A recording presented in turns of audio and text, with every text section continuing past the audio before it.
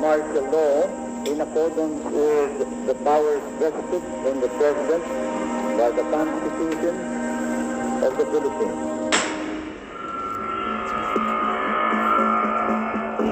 Pinapunta ako sa gitna, pinahubad ang aking pantalon at ang aking briefs. At yung isa ay naghanda ng stick, nilagyan ng sabon para ipasok sa aking ari.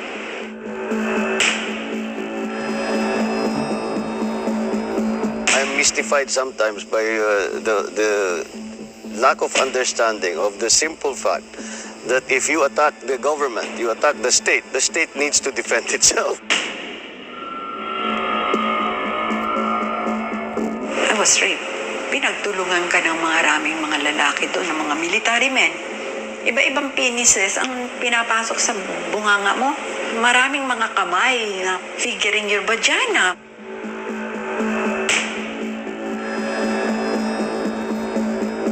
Name me one person that was arrested because of political or religious belief during that period.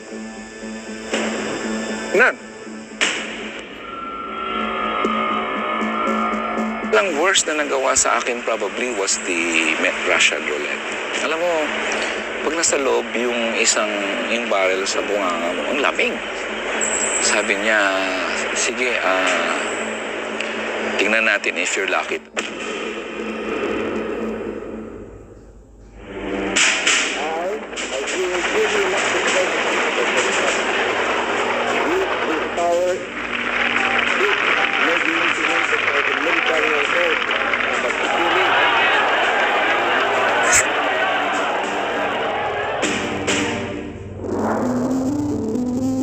This monument in EDSA is a reminder of a pivotal moment in Philippine history.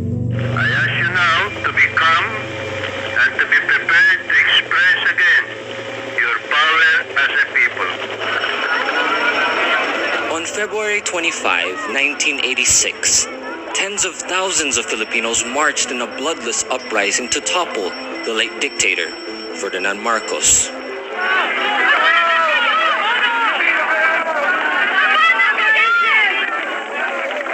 But more than 3 decades later, the Marcoses are back.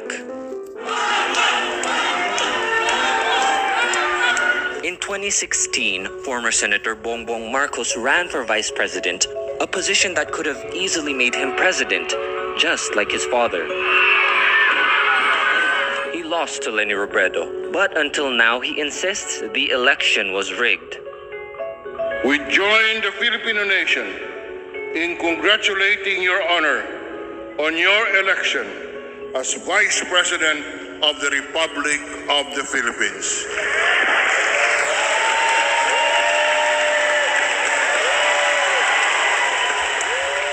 Pinakamalaki nilang kasalanan recently is they cast doubt on yung electoral system ng Pilipinas noong 2016. Dahil lang sobrang selfish nila.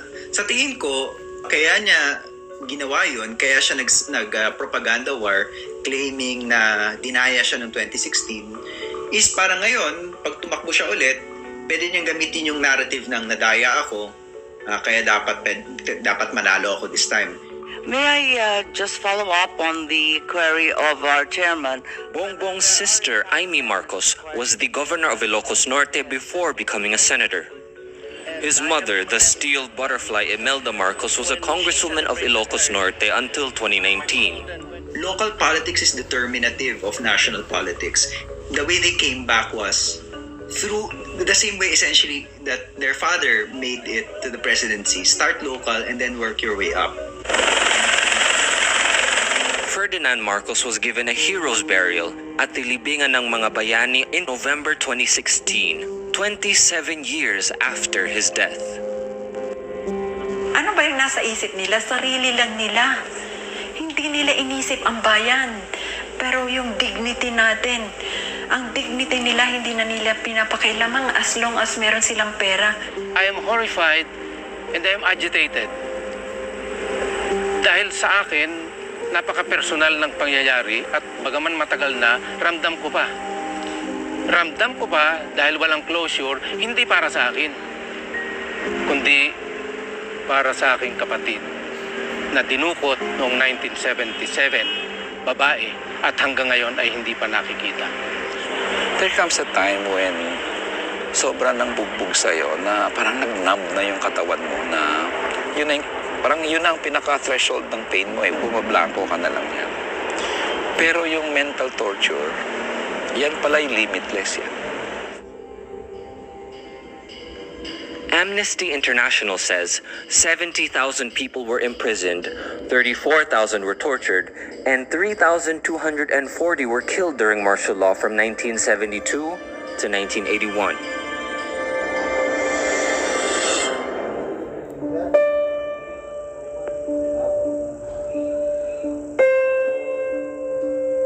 The Presidential Commission on Good Governance also says it recovered at least 170.4 billion pesos of ill-gotten wealth from the Marcoses since its creation in 1986.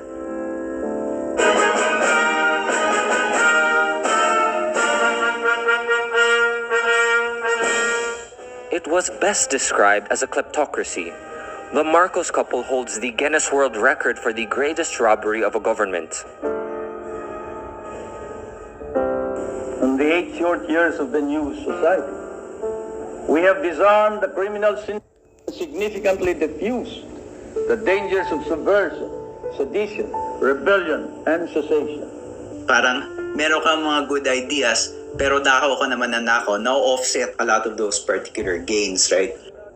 The Philippines was far from the golden age many of his supporters claim. Significantly been reduced.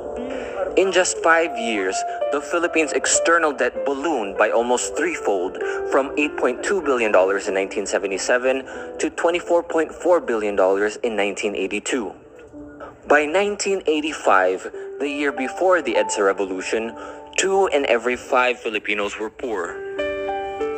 Aside from the financial crisis at the time, the political crisis in the country worsened after the assassination of Marcos' staunchest critic, Senator Ninoy Aquino. Those that we oppose are happy with the material wealth. But for how long? I have written Mr. Marcos letters upon letters, and I told him, read your history, my friend. I have no hatred for you. I only have pity, because if you do not see and you do not remove the calluses from your eyes, if you do not remove your blinders, you will meet the same fate of all the dictators of history. I am going back to the Philippines, and if I have to go back to jail, so be it.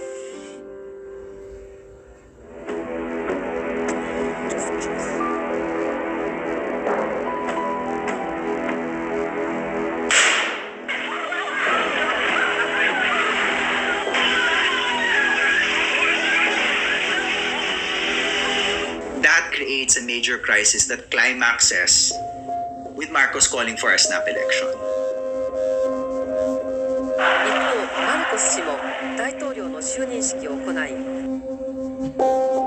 Grabe yung cheating na nangyari, and of course blatant yung cheating, right? So, hindi tinanggap ng taong bayan yung resulta ng eleksyon. Hindi nila tinanggap, so nagrally sila sa EDSA.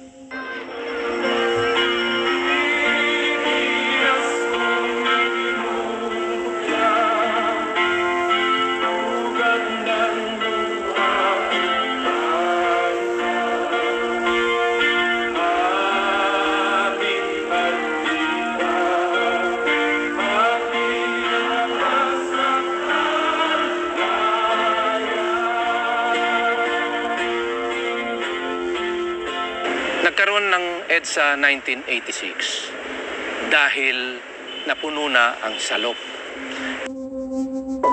Ang ibig sabihin, napuno na ang taong bayan sa plunder, pagnanakaw, at human rights violations ng Marcos dictatorship. Kaya nagkaroon ng EDSA 1986. Kaya napalayas ang mga Marcos sa Malacanang and out of the country.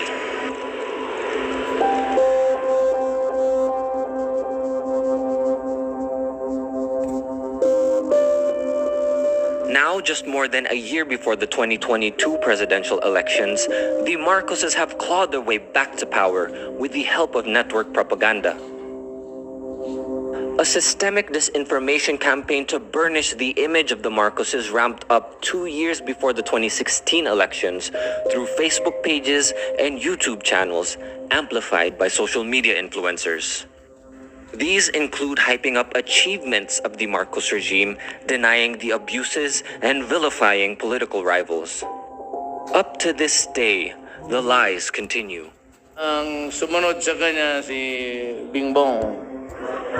Bongbong. Sa tingin ko yung pinaka-importanting tactic na ginawa nila is sumakay sila sa mga fans ni Rodrigo Duterte. The Marcos family's playbook seems to be working. Huwag natin kalimutan yun, yung return ng Marcoses came at the heels of kind of real authoritarian moment in the Philippines, which was the 2016 election. There was a real acceptance on the part of many parts of the electorate of kind of strongman politics. And nakita nila yon as an opportunity to reintroduce their brand into the public.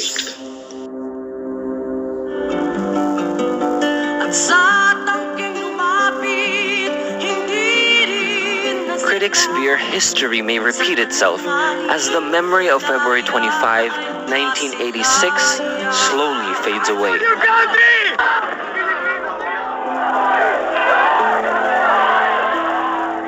Yung promise and people power of a more just, more equitable society were fulfilled. Hindi magbabubble up yung demand for something so different like Rodrigo Duterte.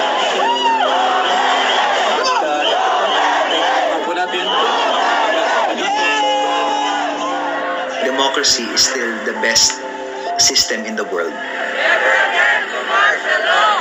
Kasi democracy allows for accountability, it allows for transparency, and it allows for voices to be heard, diba? So essentially, kung democratic tayo, may boses tayo.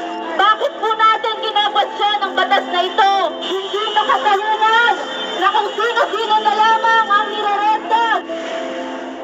While it did not fulfill its promise 35 years later, people power remains a shining example of courage and what nonviolent action can do.